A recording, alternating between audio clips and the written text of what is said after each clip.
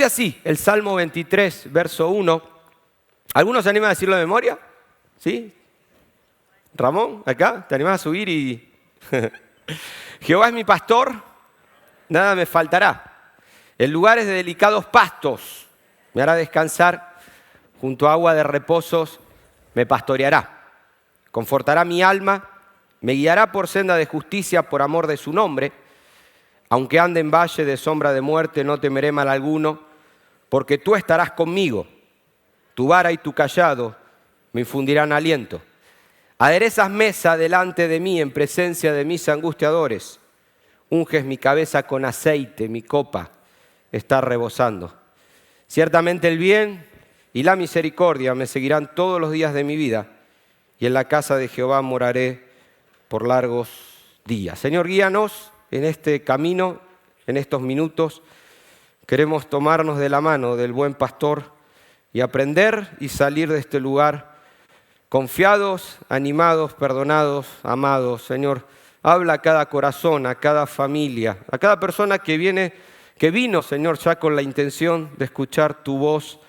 Abre nuestro corazón y guíanos en el nombre de Jesús. Amén.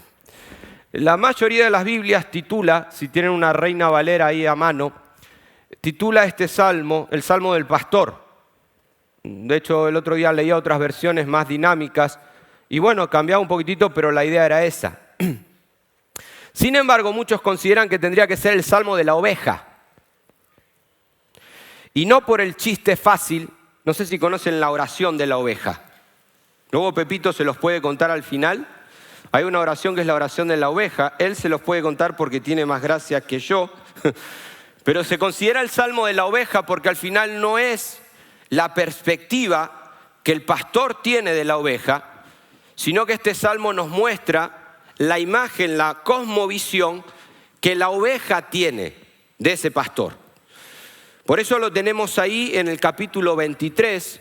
Creo que la última vez que estuve les expliqué algo acerca de los salmos que no fueron ordenados cronológicamente según se iban escribiendo, sino que están situados ahí con un propósito teológico muy importante. Y el Salmo 23 es la continuación del Salmo 22, que nos habla acerca de esa oración que Jesús hizo en la cruz. El Salmo 22 comienza diciendo: Padre, Dios mío, ¿por qué me has desamparado? Y justamente el capítulo 23, el Salmo 23, nos muestra cómo nunca estaremos desamparados porque Él es nuestro pastor. Por eso muchos teólogos consideran que Jesús recitó ese salmo en la cruz para que ninguno de nosotros nunca más tengamos que hacer semejante declaración. Nunca estamos desamparados. Por eso tenemos un pastor y tenemos un anfitrión, y de ahí el título que quiero darle al sermón: el pastor anfitrión. Porque aún el autor del salmo, que muchas veces se le atribuye a David, también ustedes pueden ver en sus Biblias que la mayoría de salmos, arriba va a decir Salmo de David. Sin embargo, al estudiar los salmos con más profundidad, el salmo no lo escribe David como la gran mayoría. Es un salmo que se escribe, de hecho la gran mayoría de los salmos se escriben después del periodo posexílico, cuando ellos volvían de Babilonia, y concretamente este salmo, muchos consideran que se escribe entre el siglo V, siglo II, donde el autor de este salmo, al igual que otros, lo que hace es inspirarse en las crónicas de un rey para elaborar esta oración, este cántico, o para instruir al pueblo en medio del templo. Por eso la gran mayoría de los salmos trata de eso. El autor, ¿qué es lo que hace? Un autor anónimo, desconocido. Se inspira en alguna crónica de algún rey, ya sea David, Salomón. Se inspira o toma idea de la Torá, las historias de Israel, los patriarcas y demás, y elaboran esta teología para que luego aquellos que venían al templo puedan citarlo a modo de cántico, de oración, incluso de instrucción. Y parece ser que lo que inspira este salmo, de hecho yo lo considero, si yo tuviera que ponerle un título a este salmo, le pondría el Salmo del Pueblo. Porque es un salmo que todos podríamos decir: yo soy el autor de ese salmo. Las palabras del salmista son las mías. Y parece ser que el autor de este salmo se inspira en un texto que encontramos en Éxodo capítulo 15, versículo 13, no sé si podemos compartirlo también, donde este episodio nos dice lo siguiente: condujiste en tu misericordia a este pueblo que redimiste. Dios condujo a Israel durante una peregrinación en el desierto. Este texto de Éxodo capítulo 15, verso 13, nos muestra a Dios como nuestro guía, como nuestro pastor.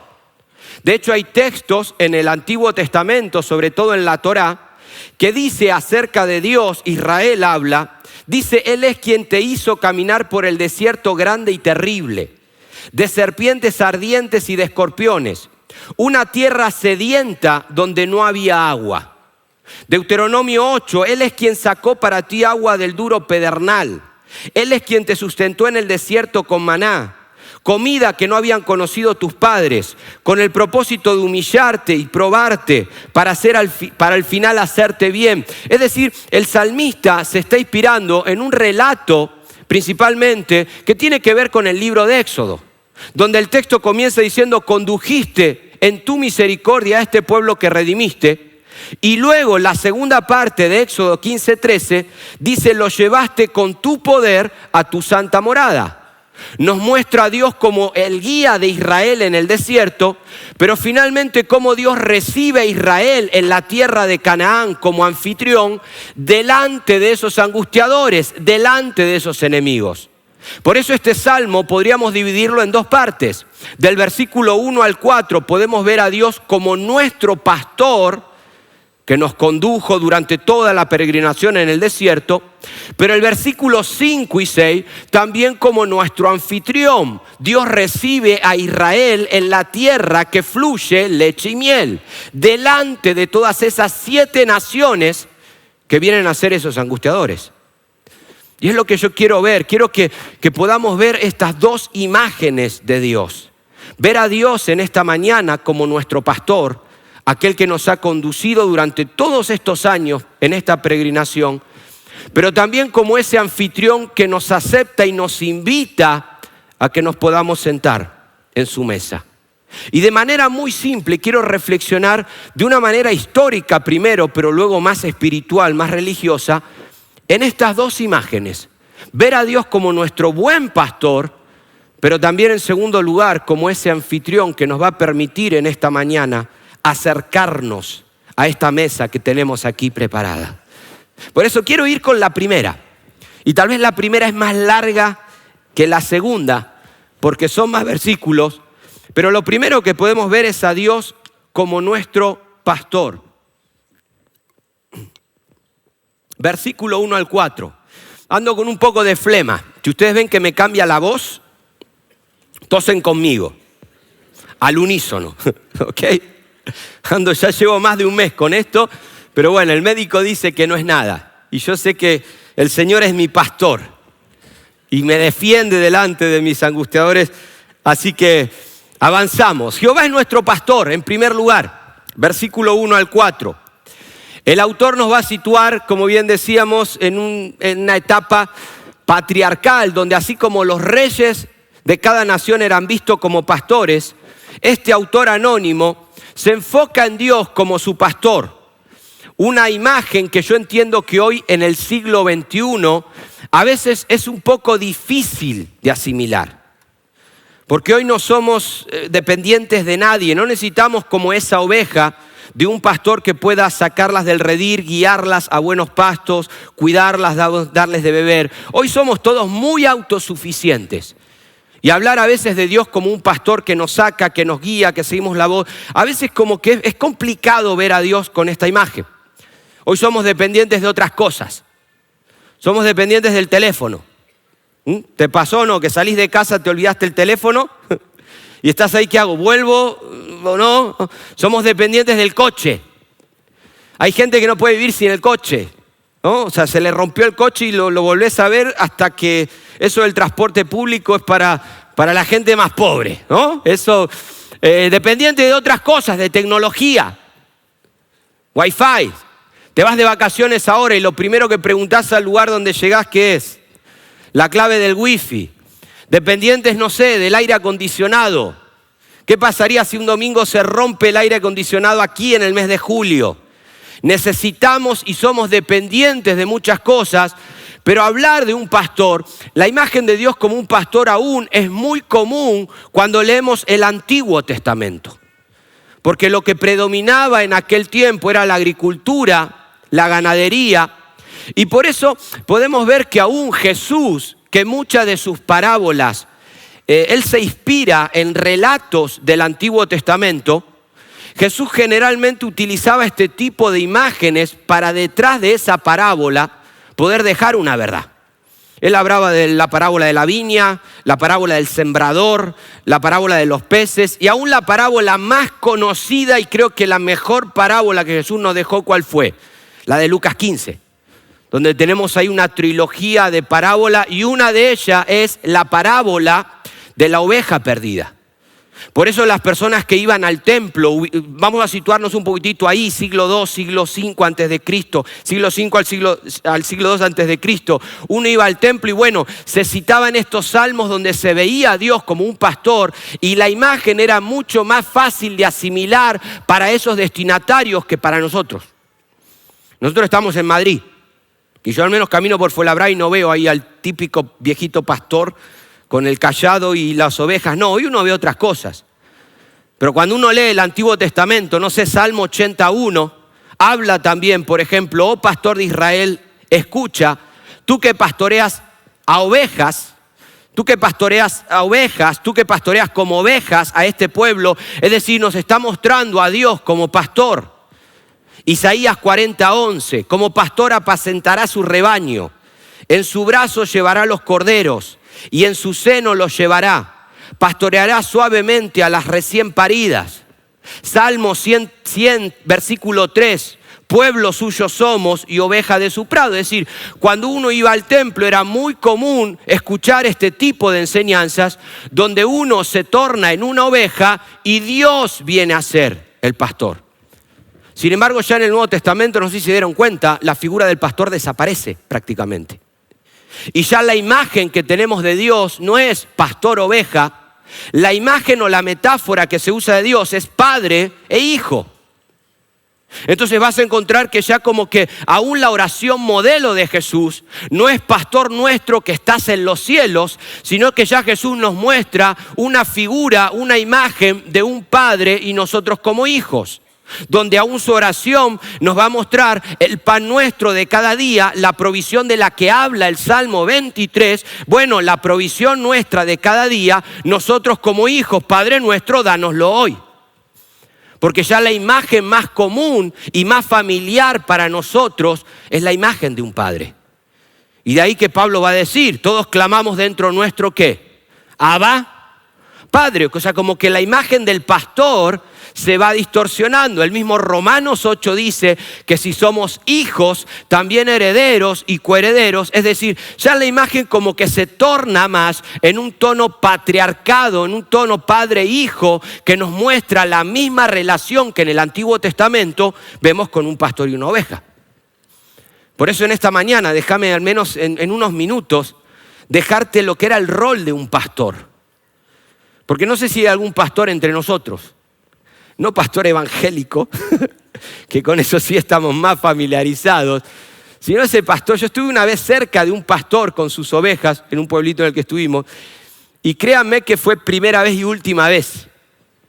Lo que huele una oveja, por eso aún está este salmo muy de imagen, la toma en sus brazos y la lleva cuando está herida. Bueno, ¿saben lo que huele una oveja? Es algo que... Y ahí está el pastor, ya con oficio. Yo creo que el olor ya lo tiene ahí familiarizado. Pero déjame al menos mostrarte 6 características para que primeramente podamos situarnos en estos primeros versículos del Salmo. ¿Qué es lo que un pastor hacía? Primero, conocer y distinguir a sus ovejas. Eso era lo primero. Por eso dicen los que saben que cada oveja está marcada, por si se diera el caso que el pastor en algún momento la pierda. La oveja estaba marcada. Y el Salmo dice, Jehová no es un pastor. El salmista dice, Jehová es mi pastor. de manera personal, estoy marcado. Segundo, ¿qué hace un pastor? Sabe conducirlas a pastos fértiles donde pueda alimentarse y descansar. El Salmo dice, habla de pastos, los pastos me hablan de refrigerio, habla de aguas de reposo, donde uno encuentra descanso. Si viniste hoy agitado por algo que te pasó en la semana, bueno, podés seguir al pastor y llegar a estas aguas donde hay descanso.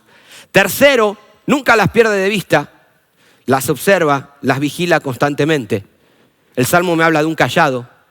El cayado tenía como una especie de punta para que a veces cuando una oveja se iba quedando como que se le pinchaba y se le guiaba para que pueda seguir con el resto. Cuarto, en la medida que el pastor puede, cubre sus necesidades básicas. El Salmo dice, nada me faltará. Y si te falta es porque no lo necesitas. A veces nos enfocamos mucho en lo que no tenemos y perdemos de vista tantas cosas que recibimos cada día. Quinto, el pastor está preparado para defender al rebaño y alejarlas del peligro. Por eso, además de un cayado que es para guiar al ganado, el pastor tiene una vara. Y la vara se usaba más para cuando venía algún animal fiero y de esa manera defender a las ovejas. Y sexto, cuando está enferma o débil, el buen pastor, o cuando es un corderillo, la lleva en brazos. Y el Salmo dice, confortará mi alma. Cuando esté enfermo, cuando esté necesitado, ahí tengo o encuentro en Dios un pastor que me va a guiar, me va a sustentar, pero también me va a tomar para poder encontrar ese alivio. Y la gran pregunta que uno se tiene que hacer al leer estos 4 primeros versículos es, está bien, Dios es pastor, pero ¿pastor de quién? ¿Pastor de quién? Porque al autor no lo conocemos. Sin embargo, como bien te decía, es un salmo popular, es un salmo que todos hemos citado. Y yo me preguntaba, bueno, Jehová es mi pastor, ¿pastor de quién? Y leía un comentario esta semana, quiero leerlo literal. Dice, nuestro despliegue en la vida ha sido un prodigio, hablando de toda la humanidad, la mayor maravilla de la tierra. Hemos surgido como humanidad por obra especial, presta atención, de una presencia invisible y guiadora comparable a la de un pastor, que nos ha ayudado, que nos ha capacitado para ser lo que somos, para que nada nos falte. El comentario habla de que el ser humano, siendo una primera pareja ahí en el principio, comienza ahora a desarrollarse viendo una mano invisible detrás, guiando Dios a la humanidad de una manera que hoy cualquier ser humano puede decir que Dios es el pastor y a lo largo de estos años nada nos ha faltado. Y mientras yo leía el comentario decía, bueno, pero eso podemos verlo en algunos países. Seguramente hay lugares donde la persona no puede hacer tal declaración, Jehová es mi pastor y nada me faltará, porque hay necesidades básicas que no están siendo suplidas. Y acá está donde está el punto, que en alguna nación, que en alguna región falte algo, no significa que el buen pastor no haya provisto, sino que hay otras naciones o que hay otros países, otras regiones que no han aprendido a compartir lo que el buen pastor le ha dado a la humanidad. Creo que si esto tendría que comenzar de cero y todos comenzaríamos en igualdad de condiciones y aprendiéramos que todos debemos tener lo mismo, te aseguro que cualquier persona en cualquier lugar del mundo podría decir, Jehová es mi pastor, nada me faltará. El problema no ha sido del pastor. El pastor sigue siendo el Dios que hace salir el sol sobre justos e injustos. El problema a veces tiene que ver con que hay ovejas que no hemos sabido a compartir la abundancia que hoy tenemos y por eso en algunos lugares puede haber necesidad. Por eso Dios es el pastor de toda la humanidad. Sí, el salmista lo toma como propio, pero comencé a pensar, hay una mano invisible, providente, que ha guiado a la humanidad hasta el día de hoy. 2 guerras mundiales y aquí estamos. Más de 20 pandemias y aquí seguimos. El hombre se ha adaptado a cambios climáticos a enfermedades. El hombre ha sabido sobrevivir aún en contra de todo ese egoísmo. Y aún de manera personal, sí, entendiendo de que Dios es el pastor de toda la humanidad, hay una mano providente guiándonos, aunque muchos allá afuera tal vez no quieran reconocerlo. Y el salmista nos está invitando a hacerlo. Bueno, mira, reconoce que lo que te ha traído hasta hoy es una mano que en muchas ocasiones no viste. O sea, pensá un poquitito cómo llegamos hoy hasta aquí, creo que 7 de julio del 2024. Del país de donde vienen muchos o de donde venimos. Y cómo Dios te ha traído, el colegio donde estudiaste, el instituto, tu primer trabajo. Los trabajos que tuviste papeles, lo que no tenías papeles, lo que el sueldo te llegaba, lo que no te llegaba. Los problemas familiares, los hijos, la familia, cosas que a veces uno dice, te comenzás a pensar, bueno, tiene que haber alguien detrás de todo esto. Por eso escuchaba el otro día a un predicador decir que el ser humano al final es un guión entre dos fechas. El ser humano es eso, un guión entre dos fechas. La fecha de tu nacimiento y la fecha que van a poner en tu lápida. Y explicaba de que al final el ser humano es esto, sí, el ser humano. Y estoy totalmente de acuerdo, al final somos un guión, pero yo dentro de mí pensaba, bueno, pero si ese guión hablara. O sea, es un guión, pero si yo te tuviera que contar lugares por donde he peregrinado. De hecho, a veces me gusta escuchar el testimonio de muchas personas que me cuentan historias que yo digo, mira amigo, llévalo, porque eso es un documental. Eso tiene para mínimo 7, 8 capítulos de Netflix. Porque son tremendos. Y es porque Dios es el pastor de la humanidad. Y creo que la mejor manera de ver a Dios en modo pastor, es decir, esta imagen de pastor, se personifica en el Nuevo Testamento en la persona de Jesús de Nazaret. Él es nuestro buen pastor. ¿Querés conocer más características de este pastor que habla el Salmo 23? Bueno, lee los evangelios y fíjate a Jesús en modo pastor. Juan capítulo 10, hay una parábola, hay una enseñanza que él también va a dejar. Luego te invito a que la leas entera en casa, donde de repente el texto se para en el capítulo 10, versículo 10, si podemos ponerlo por favor. Porque habla acerca de un ladrón que viene a hurtar, a matar y a destruir. Y yo sé que la imagen que primero se nos viene a la mente cuando hablamos de un ladrón que viene a matar, a hurtar y a destruir, es la imagen de ¿quién? Del pobre diablo, ¿no? Cuidado porque el diablo viene a matar, a hurtar y a destruir. Y muchas veces que leo este texto en otras iglesias, escucho de parte del público que el Señor le reprenda. Porque es común. Sin embargo, Jesús no viene hablando en Juan capítulo 10 del diablo. Él viene hablando acerca de la imagen de un buen pastor. Donde hay ovejas que están en un redil. Y él habla de que esas ovejas que están ahí, ninguneadas por un ladrón, que viene a hurtar y a matar y a destruir, y cómo Jesús como buen pastor choca con ese ladrón. El que viene a hurtar y a matar y a destruir en el contexto tiene que ver con lo político y religioso de aquel tiempo. Era Roma que mediante la violencia y el Sanedrín mediante la religión que sometía al pueblo y el pueblo permanecía dentro de un redil muriendo en esas ideologías. Capítulo 9 de Juan, Jesús acaba de sanar un ciego y ahí vienen los del Sanedrín, ahí vienen los fariseos. ¿Pero qué acabas de hacer? Es día sábado, no sé qué. Y Jesús diciendo, no entiendo nada. Ciego de nacimiento. Y te pones ahora a discutir. ¿No te das cuenta que ese pensamiento farisaico, legalista, te está autodestruyendo, te está matando, te está robando la vida, te está robando el gozo?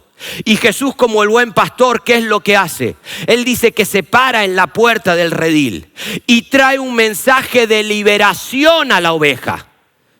Porque al final el evangelio es eso. El evangelio no es un sometimiento y una esclavitud que comienza ahora a oprimirte y amargarte la vida. El evangelio es la buena noticia de un pastor que ahora pronuncia un discurso y las ovejas que oyen la voz del buen pastor salen del redil, comienzan a seguir a ese buen pastor y el pastor los va a guiar a esos pastos y a esas aguas donde van a encontrar reposo, refrigerio y descanso. Sin embargo, como que Israel estaba, no, es que yo estoy bien aquí en el redil. Sí, pero es que ahí en el redil no te das cuenta de que al final el redil te está matando. Necesitamos en esta mañana escuchar el mensaje liberador que trae el buen pastor para poder escuchar su voz, él ir delante y nosotros ahora poder ir detrás. Y la pregunta que te traigo, bueno, ¿y cuál es esa voz que suena más fuerte dentro tuyo? Porque Roma oprimía con política, con violencia, pero luego había un mensaje muchísimo más fuerte, que era el mensaje religioso, el mensaje de este grupo. Y al final escuchar el mensaje incorrecto te va a llevar al valle de sombra y de la muerte. A veces me he preguntado, ¿qué es eso del valle de la sombra y la muerte? Bueno, es escuchar un mensaje equivocado y meterte en un barrio. No sé si alguna vez te metiste en un barrio peligroso. Yo la otra vez fui a buscar un libro a un lugar, iba ahí con mi Google Maps, caminando y digo, madre mía, ¿dónde me estoy metiendo? Y quería como que Google Maps me dé otra indicación para la derecha. No, pero era por ahí. Bueno, eso tiene que ver con el valle de la sombra y de la muerte. Y cuando estás ahí dentro de ese barrio, de ese redil, el enemigo, el ladrón, te roba años. Pone en tu mente pensamientos, actitudes que te autodestruyen. Pone ideas que al final lo que están haciendo es te están matando. Y al final, ¿en qué consiste la vida de esta pobre oveja? Bueno, durante el día escucha este tipo de mensajes y por la noche, ¿qué es lo que hace? Vuelve al redil para el día siguiente hacer parte de lo mismo. Pero ahora Jesús dice, no, es que hay un pastor que es bueno, que es el verdadero. Ese no es el correcto.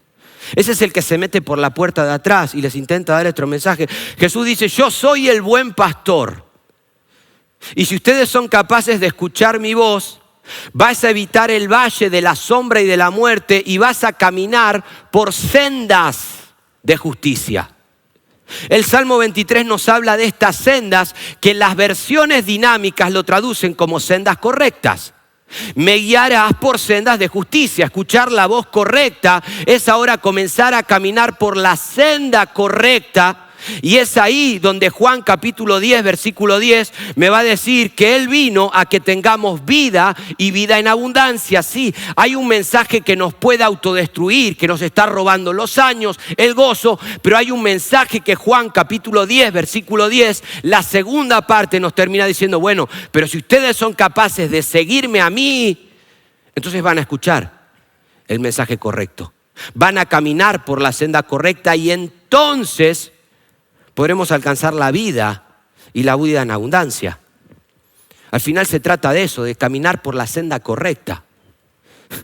El otro día escuchaba en las noticias los padres preocupados porque ahora mi hijo, con cómo están las hipotecas y no van a conseguir un préstamo. Y ahora se cree que hay hijos que van a tener que vivir obligadamente con sus padres hasta los 40, 50 años porque no hay manera de conseguir un préstamo, no hay manera de conseguir un trabajo con un sueldo digno. Y los padres preocupados, pues bueno, ¿y cuál va a ser ahora? ¿Dónde va a terminar mi hijo?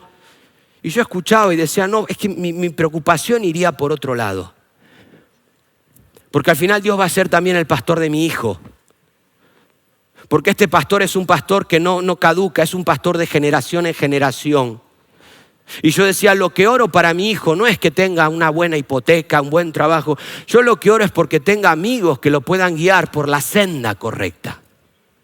Porque es en esa senda correcta donde él va a descubrir de manera personal la vida y la vida en abundancia. De ahí que un rey también en Israel, un sabio, en cierto momento dijo que hay camino que al hombre le parece correcto, le parece derecho, pero su fin es camino de muerte.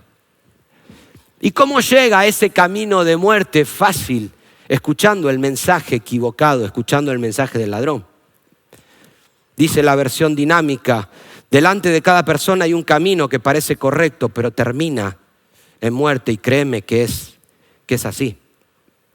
Sin embargo, el mismo autor en el libro de Proverbios habla de que el camino de los justos, la senda de los justos, el Salmo dice: me guiarás por senda de justicias, por el camino correcto. La senda de los justos es como la luz de la aurora, que va en aumento hasta que el día es perfecto. El camino de los justos es como la primera luz del amanecer, que brilla, dice la Nueva Traducción Viviente, cada vez más, hasta que aquel día alcanza su esplendor. La senda de justicia tiene que ver cuando uno va caminando por ese camino correcto, siguiendo al buen pastor, y disfruta del trayecto y comienza a brillar. Porque Proverbios 4:18 dice: la senda de los justos es como la luz de la aurora. Es decir, comienza a brillar. Es decir, no solamente brilla él, sino que también es un testimonio para otros hasta que el día es perfecto. Bueno, así es el camino del justo. Y yo he tenido amigos que los he visto brillar, créanme. Y los he visto transitar por un camino que dije: bueno, yo quiero seguir ese camino. Han brillado, han estado en una plataforma, en algún lugar, siempre brillando para el Señor. Sin embargo, tomar el camino incorrecto, el camino de la religión, el camino de Roma, mirá, no lo sé. A día de hoy es como que es apagado. Como la religión apagó a Esteban con piedras. No podían ver la luz que había en él. Gente que brilla, pero que tal vez hoy por el camino incorrecto hablas con ellos, aún mirás a sus ojos y ves que han perdido ese brillo. Y la buena noticia en esta primera parte del Salmo es que Dios nunca ha dejado de ser nuestro pastor. Y que hay una senda que Él nos promete. Hay una senda en la cual Él nos puede guiar para que como buen pastor y buena oveja que oye su voz y le sigue, podamos ahora transitar en ese camino correcto. Y ahí termina la primera parte del Salmo. Jehová es mi pastor, el pastor de la humanidad, el pastor que yo he conocido de manera personal, y mientras lo siga Él, podré hallar esos buenos pastos, esa provisión. Él es mi protección y mi dirección. Pero ahora la segunda parte del Salmo, versículos 5 y 6, la imagen cambia. Y esto es muy común en los salmos. Venir repitiendo imágenes, pero de repente el salmista cambia y ahora la imagen, dejo al pastor a un lado, dejo a la oveja en el redil, y el salmista nos muestra ahora una imagen de Dios como un anfitrión que prepara una mesa. La imagen se torna más íntima y ese anfitrión nos invita a que nos sentemos para ser parte de su convite. Versículos 5 y 6. Aderezas mesa delante de mis angustiadores, unges mi cabeza con aceite, mi copa está rebosando. Es tal la abundancia que hay en esa mesa que el salmista dice: no quiero moverme nunca de ese lugar.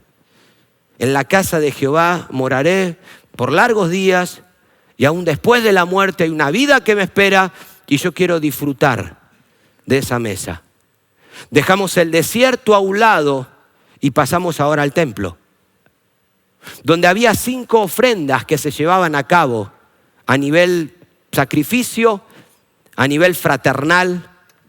Y parece ser que el Salmo está pensando en el día de acción de gracias, donde el oferente traía una ofrenda, el sacerdote sacrificaba la ofrenda para Dios, pero luego esa ofrenda, esta ofrenda de acción de gracias no se echaba a perder, no era consumida por el fuego y demás, no. Ahora lo que hacía el oferente era invitar a sus amigos, principalmente los pobres que no tenían para comer, y ese día se celebraba una comida en el mismo templo.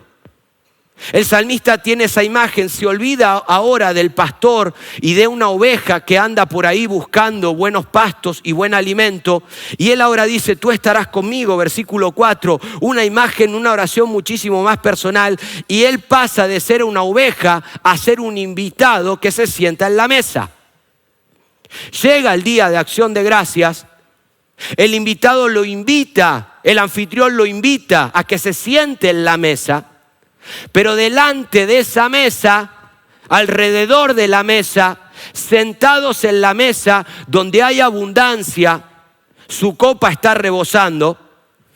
¿Vieron cuando vas al restaurante y el camarero está esperando que se te termine la bebida para venir enseguida a echarte? ¿Cuántos han visto eso? ¿No? Ahí pueden ver el nivel económico de cada uno. No es ir a rellenar el vaso al lugar del Burger King, sino que, es tanta la abundancia que hay en ese restaurante que no terminaste de beber y ya te están llenando otra vez la copa. Y ahí está el invitado. Pero alrededor de la mesa hay detractores. Hay gente que está diciendo, ¿y este tipo qué hace acá? Dios le pone dos escoltas, el bien y la misericordia. Dios no aniquila a los detractores. Dios permite que los detractores, que los acusadores, que aquellos que los señalan se sienten en la misma mesa. Dios no los va a aniquilar, ellos también son invitados, pero Dios detrás de él pone estos dos escoltas. Mirá, podés sentarte tranquilamente a pesar de estos angustiadores, porque hay un bien y hay una misericordia que así como el buen pastor te guía a buenos pastos, bueno, hay un bien y hay una misericordia que también te seguirán todos los días de tu vida. Por eso, si la imagen anterior preguntábamos, bueno, pero Dios es pastor ¿de quién? Pastor de toda la humanidad. Él es pastor de toda la humanidad. Él es el que sustenta a la humanidad. Y hemos llegado hasta aquí como humanidad porque hay esa mano providente. Pero ahora es el anfitrión ¿de quién? Ya Dios no es el anfitrión de todos. Ahora Dios es el anfitrión de aquel que acepta la invitación de venir y sentarse a la mesa. Ya no es anfitrión de toda la humanidad, a pesar de que la invitación es para todos.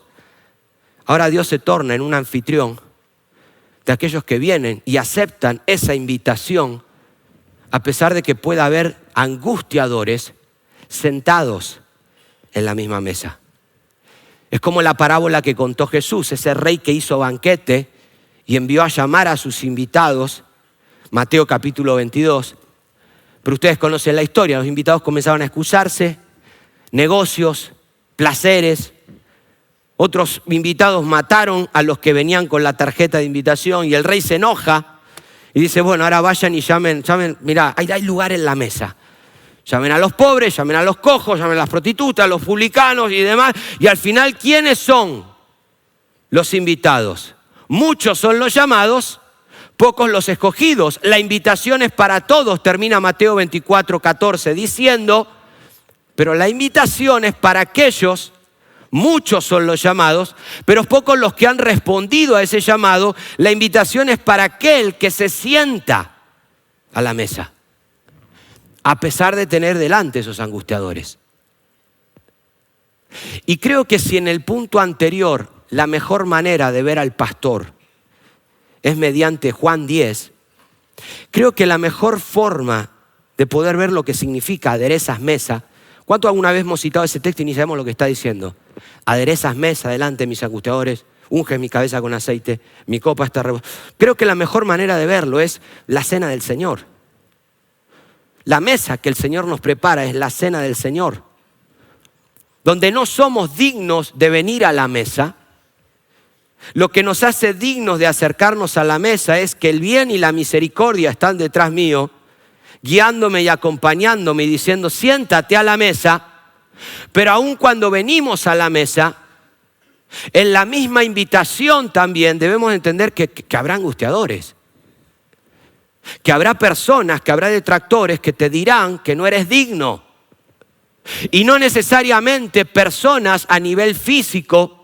¿Cuántas veces venimos a la mesa y los angustiadores no están fuera, sino que los propios angustiadores están dentro? Hay algo dentro tuyo que te dice que no eres digno.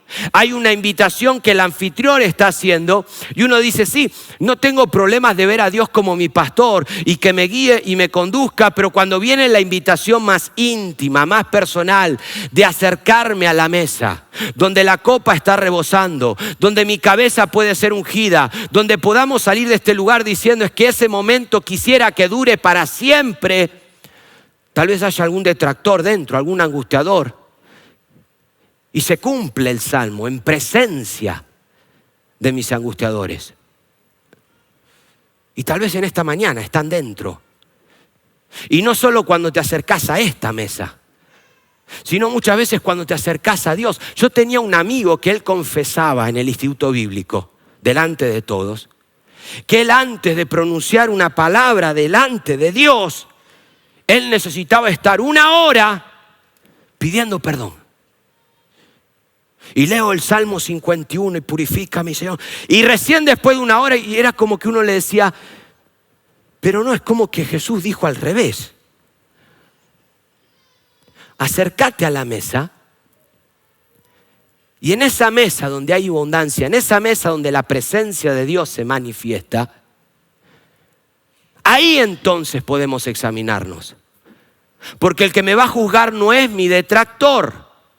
El que me va a juzgar son mis 2 escoltas que se llaman bien y se llaman misericordia. Entonces puedo acercarme a la mesa no creyendo que tengo derecho por haber estado 1 hora, sino porque hay algo que me sigue, me persigue y me acompaña. Escúchame, como cuando vas a un restaurante, situando un ejemplo más vulgar, y te dan la carta y para poder pedir. Cuando vas a un restaurante de estos que viene el mozo y te da la carta, generalmente tus ojos ¿hacia dónde van? ¿Hacia la izquierda o hacia la derecha?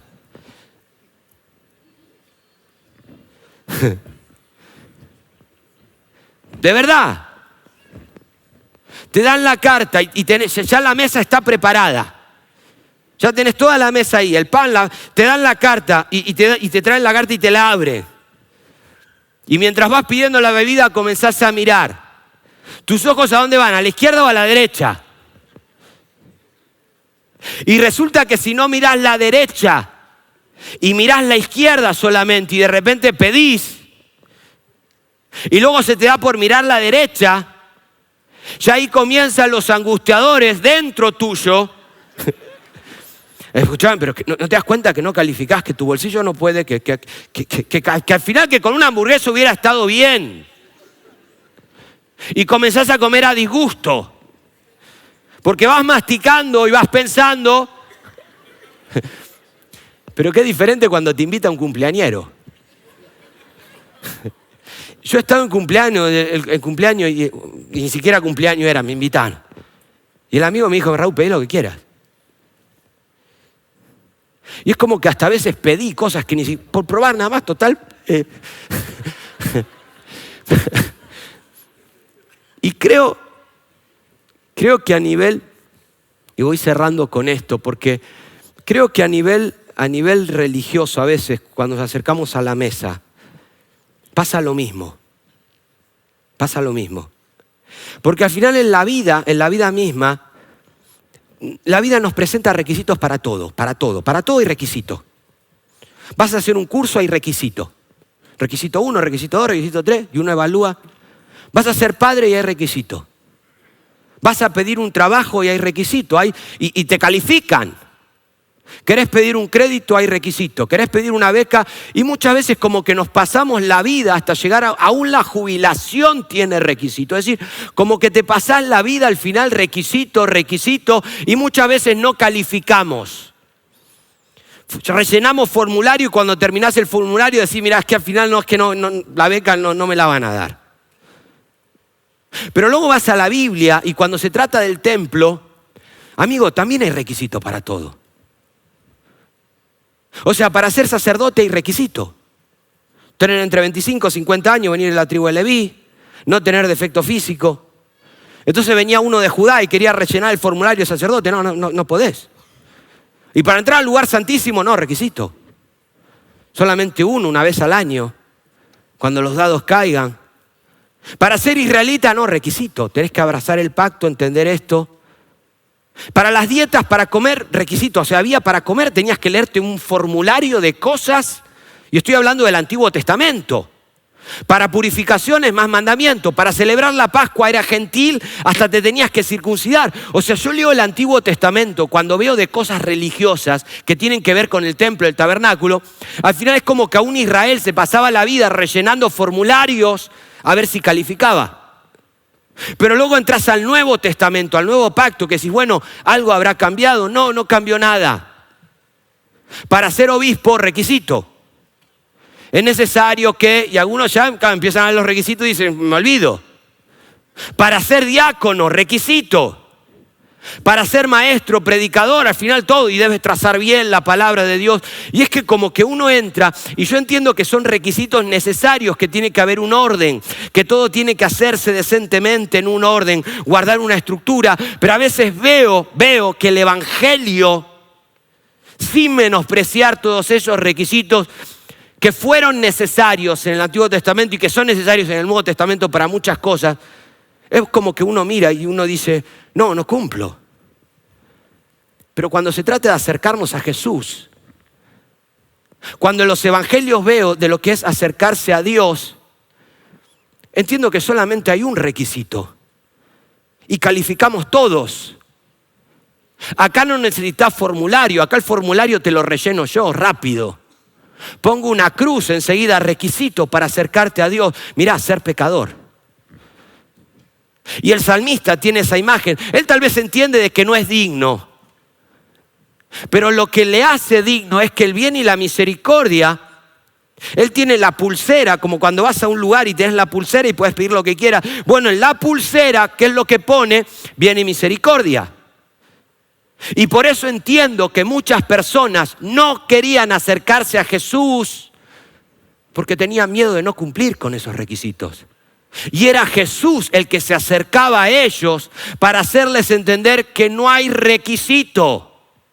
Que Él viene y se acerca, acercaos a Dios y Él se acercará a vosotros. Al final el único requisito es algo que cumplimos todos. Y tal vez en esta mañana te ves el menos indicado para muchas cosas, pero cuando se trata de acercarte a Dios, bienvenido a la mesa. No, Raúl, pero primero hay cosas porque aún vieron que en el Nuevo Testamento hay requisitos hasta para dentro del templo para ofrendar. O sea, aún cuando traes tu ofrenda, requisitos. Fíjate si no estás mal con algún hermano, pero cuando se trata de esto, es como que Jesús, imagínate a Jesús pidiéndole a Zaqueo requisitos para bajar del árbol, ir a su casa. Jesús no le dice, requisito 1, devolver el dinero. Requisito 2, ser buena persona. No, bajad. Nos sentamos a la mesa y luego en la mesa hablamos. Y eso me encanta de Jesús. En la mesa hablamos, no antes. En la mesa hablamos. Porque lo que va a tener Zaqueo a su favor es el bien y la misericordia que lo seguirán todos los días de su vida. Y en esta mañana, querida familia, hablaba el otro día con un amigo también. Y me hacía pensar, porque yo soy muy de Pablo. Romanos, la justicia de Dios. Y él me decía, viejo, ¿no te parece que Pablo nos complicó un poco la vida? Y le digo, explícame eso, porque quiero saberlo. El velo de la mujer, el orden para profetizar. Cuando uno habla en lengua, sea intérprete.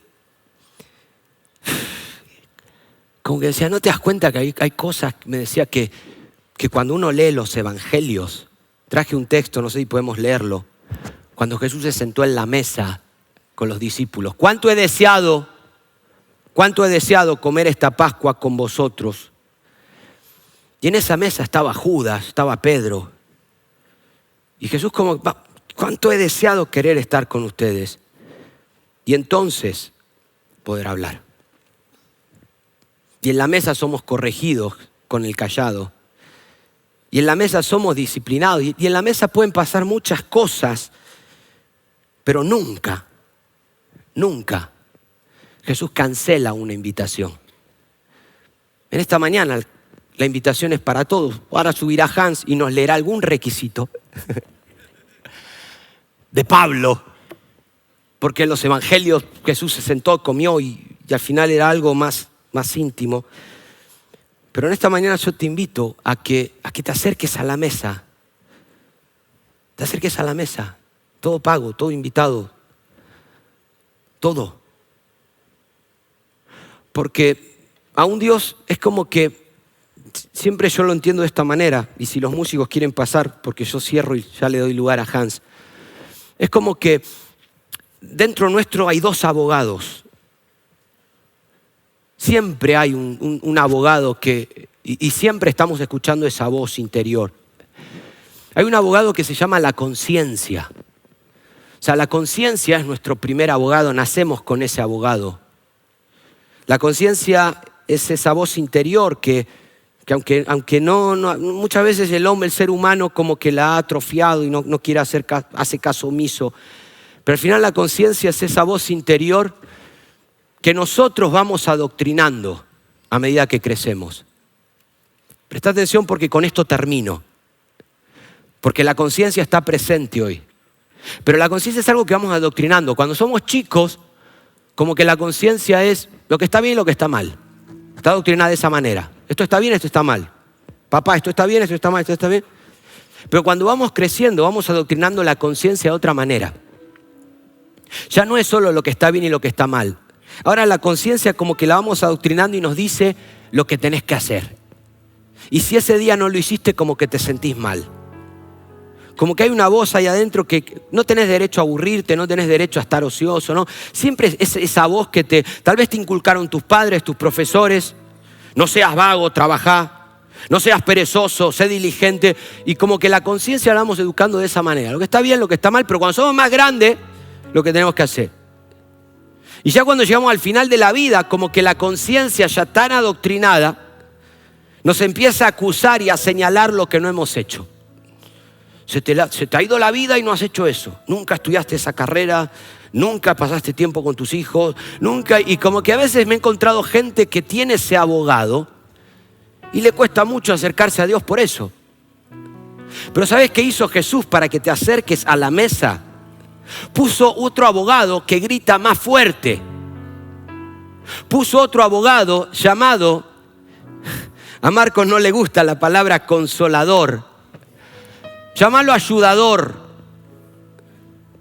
Llámalo tu abogado personal que grita más fuerte. Y que te dice eres amado, perdonado, digno. Que hay un pastor que nos ha guiado, que nos ha traído hasta acá. Por favor, pensá en un momento antes de pasar aquí. Como Dios ha sido tu pastor. Pero también Dios ha puesto un abogado que me grita a mí.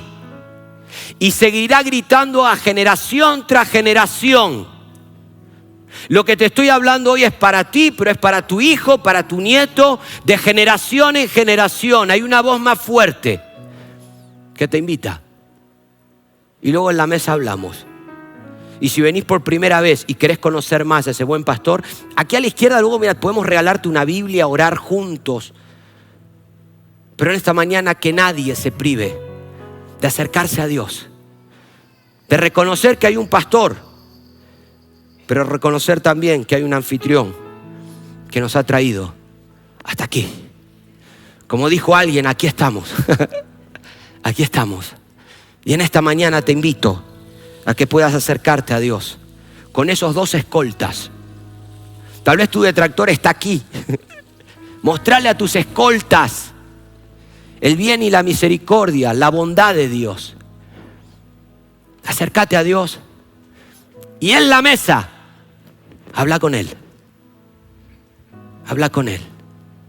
Nos ponemos de pie para participar.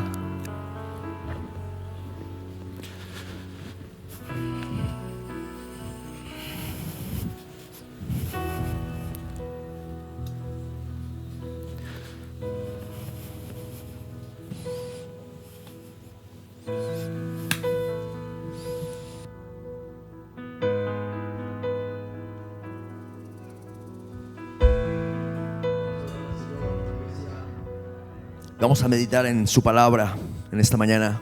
Adoramos al Señor un momento.